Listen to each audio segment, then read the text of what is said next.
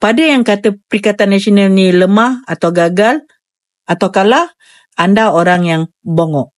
Senang kita memang bongok. Hai, Assalamualaikum dan salam sejahtera kepada sahabat organik saya. Guys, saya minta maaf tapi saya saja je ambil masa sedikit sebab saya nak memperhalusi keputusan PRK Air Kuning ni. This is a fair comment dan di mana terpulang lah anda nak dengar tak nak dengar, so peduli sangat lah saya, kisah pula aku kan. So saya nak bagi tahu macam ni. Okay, korang suka tak suka memang Perikatan Nasional kalah, tapi suka tak suka berlaku penyusutan drastik. Okay, berlaku penyusutan drastik. Barisan Nasional UMNO walaupun dah cium mulut dengan Pakatan Harapan DAP, tetap mendapat keputusan yang kebanyakannya undi mereka telah hilang. Okey, saya cakap, lihat data yang saya berikan. Okey, sokongan PHBN menyusut pada PRU 2022. BNPH gabung memperolehi 68% undi iaitu 15,963 undi. Okey, pada PRK 2025 jatuh kepada 60.71% iaitu 11,083 undi. PHBN kehilangan 4,880 undi dan penyusutan sokongan sebanyak negatif 7.31%. Ini menunjukkan bahawa penyokong UMDAP sekarang ni sama ada dia tidak keluar mengundi ataupun dah bertukar selera, kan? Suka cakap tu. Guys, pada PRU 2022, okay, masa tu ada 3 penjuru, PH, BN dan Perikatan Nasional. Anda bayangkan, walaupun Barisan Nasional UMNO dah cium mulut dengan PHDAP, tetap dapat keputusan begini. Nampak tak? Dan Perikatan Nasional walaupun dia stand alone mempunyai sedikit peningkatan. Perikatan Nasional PRU hanya dapat 29.5% undi iaitu 6,917 undi. Walaupun PN juga hilang sedikit undi iaitu dalam negatif 850 pengundi, dari segi peratusan mereka bertambah 3.76% kerana turnout keseluruhan dia jatuh. Okay? Ini bermakna penyokong Perikatan Nasional lebih setia keluar mengundi walaupun suasana PRK memang hamba gila lah.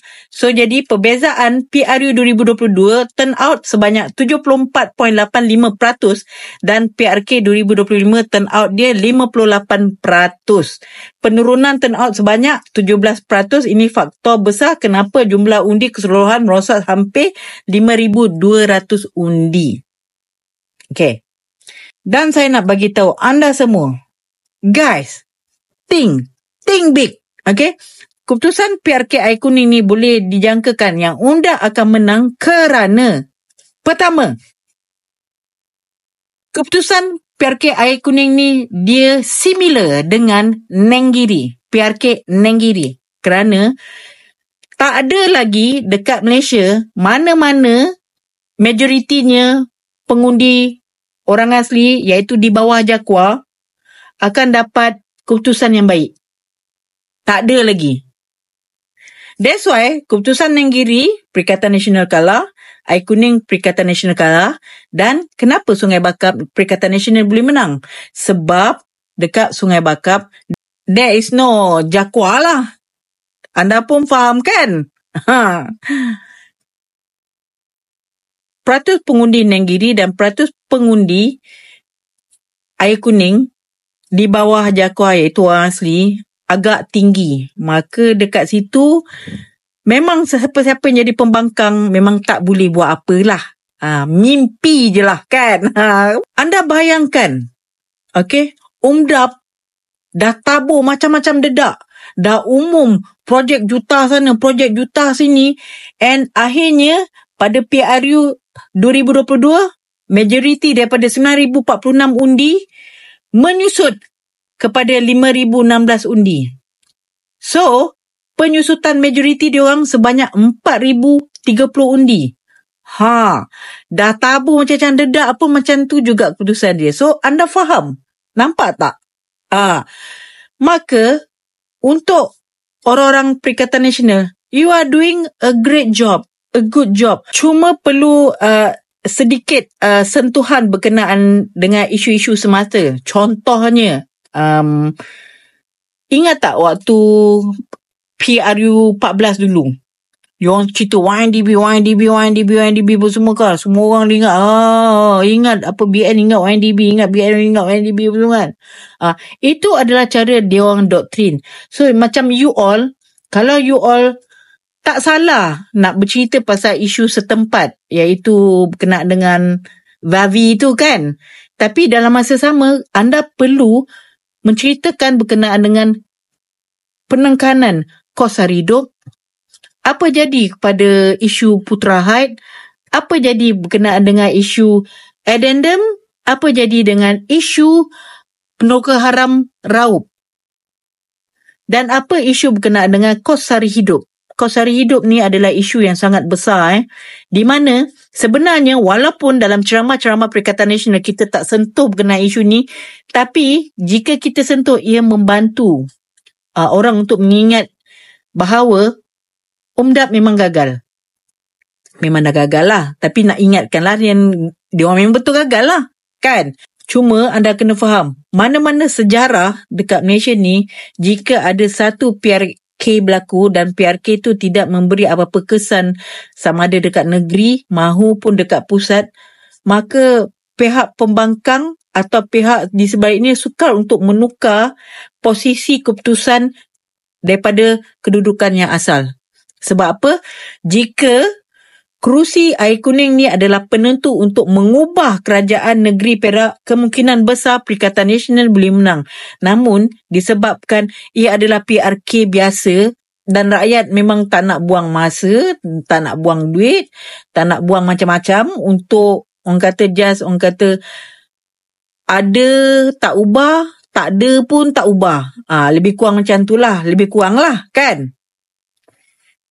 Tapi bila kita dapat keputusan ini, ia mencerminkan walaupun UMDAP ni dah bergabung cium mulut macam tu pun semua, dan diorang dah tabur macam-macam dedak, juta sini juta sana pun semua, keputusan diorang jatuh bukan sikit, jatuh banyak. Pada anda yang tidak memahami, mungkin dia kata sikit je. Tak, sebenarnya banyak. Ini adalah gambaran jelas sebenar apa yang berlaku pada PRU 16 akan datang. Mungkin snap election, mungkin PRU 16, kita tak tahu. Tapi ini adalah gambaran yang boleh kita tunjukkan pada anda semua. Perubahan boleh berlaku jika benda yang kecil ni nampak kesan dia untuk kita nak tunggu jangka masa yang besar. Rakyat Malaysia sedang menunggu. Rakyat Malaysia ni sedang menunggu yang besar ni. Rakyat Malaysia sanggup cuti, sanggup tak pergi kerja, sanggup habiskan duit untuk balik pengundi, sanggup daripada luar negara balik ke Malaysia untuk mengundi hanya semata-mata nak tunggu PRU 16 ni. Dan daripada keputusan yang kecil ni kita boleh menjangka sikap rakyat Malaysia, mereka tunggu yang besar. Yang besar. Last sekali adalah faktor di mana of course lah Perikatan Nasional dinafikan peruntukan oleh kerajaan. Namun walaupun Perikatan Nasional tak ada duit, tapi keputusan dia meningkat berbanding dengan dah bagi dedak macam-macam, tabur macam-macam, umum sana umum sini pun boleh jatuh. So you bayangkan analisa ini adalah satu benda gambaran yang bakal boleh terjadi pada PRU pilihan raya akan datang. Dan sesiapa yang katakan Perikatan Nasional gagal adalah mereka yang bodoh. Sebab apa? Daripada keputusan dan analisa data ini semua, kita boleh baca sikap rakyat Malaysia ni macam mana, dan kita boleh jangka keputusan PRU 16 akan datang macam mana. Perikatan Nasional walk alone boleh dapat impact macam ni, apatah lagi dah jadi kerajaan cium mulut pun still jatuh. So anda faham tak? So sesiapa yang kata Perikatan Nasional sebenarnya lemah, gagal, mereka adalah orang yang bodoh dan tak pandai analisa mana-mana pilihan raya. Tak kisah ia adalah PRK, PRN mahupun pilihan raya.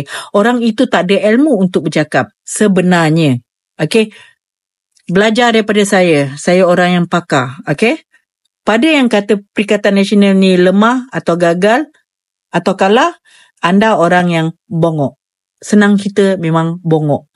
Jadi pada anda yang bijak di luar sana yang boleh menilai kata-kata saya ni dengan data yang saya berikan, anda boleh berfikir, betul ke tidak betul apa yang saya cakap ni? Kan? Dan saya nak ucapkan syabas dan tahniah kepada jentera Perikatan Nasional. You have done a great job. Cuma kita perlu tekankan dengan isu nasional. Sebab mana-mana tak kisah PRN ke, PRK ke, PRU ke, isu nasional kena nombor satu, kena keluar dulu. Okey? Baru pergi ke isu setempat. Okey, isu setempat ni orang keliling tu, kita kena doktrin orang macam mana si Sun Tun tu, si Sotong tu dulu doktrin kepala orang dulu. IDB. Macam tu lah. Saya quote daripada kenyataan Rafizi Ramli. Kita adalah penghasut. Maka kita kena hasut rakyat untuk pilih kerajaan yang betul. Jangan lagi kena tipu macam dulu-dulu lagi. Dan saya nak bagi tahu, seharusnya jentera Perikatan Nasional fokus satu perkara. Sebab benda ni tak pernah terjadi. Anda kena fokus satu perkara. Keputusan PSM agak mengejutkan. PSM sebab apa kan? Tiba-tiba daripada 2.5% pergi ke 6.05%. Kenapa? Saya nak bagi tahu. Ada pengundi yang protes. Pengundi UMDAP ni protes tak nak undi diorang, so dia undi PSM. Diorang sanggup buang masa beratur panjang-panjang dan berpanas-panas untuk vote undi. Diorang tahu di mana parti tu takkan menang kerana dia nak tunjuk protes kerana kegagalan atau terasa tertipu di hati ni. So diorang buat benda macam tu. Dan korang kena faham, undi protes ni berlaku disebabkan ada lagi kelompok-kelompok daripada pengundi UMDAP ni tak berani nak undi Perikatan Nasional sebab takut akan sesuatu. Dekat sini kita boleh nampak 3 PDM, yang di mana majoritinya adalah non-Muslim. Diorang sanggup undi PSM rather than Perikatan Nasional disebabkan stigma green wave. Maka dekat situ sepatutnya anda kena fokus. Suka tak suka anda kena fokus kepada non-Muslim. Anda kena bagi tahu pada non-Muslim. Sebenarnya Perikatan Nasional, PAS, Bersatu atau Gerakan tidak resis. Anda kena tunjukkan, anda kena bagi tahu dengan bukti. Apa yang ada dekat Kelantan, Terengganu dan Kedah, anda kena tunjukkan pada diorang sebenarnya tak perlu takut dengan Perikatan Nasional, PAS, Bersatu atau Gerakan. Sebab itu adalah stigma yang dimainkan dekat otak diorang sampai diorang membenci sampai begitu sekali. Sanggup protes dan undi parti yang diorang tahu takkan menang semata-mata menyampah dengan UMDAP ni. Jadi pada anda semua, mereka dah lama rancang. Kita je yang lalai. Kan?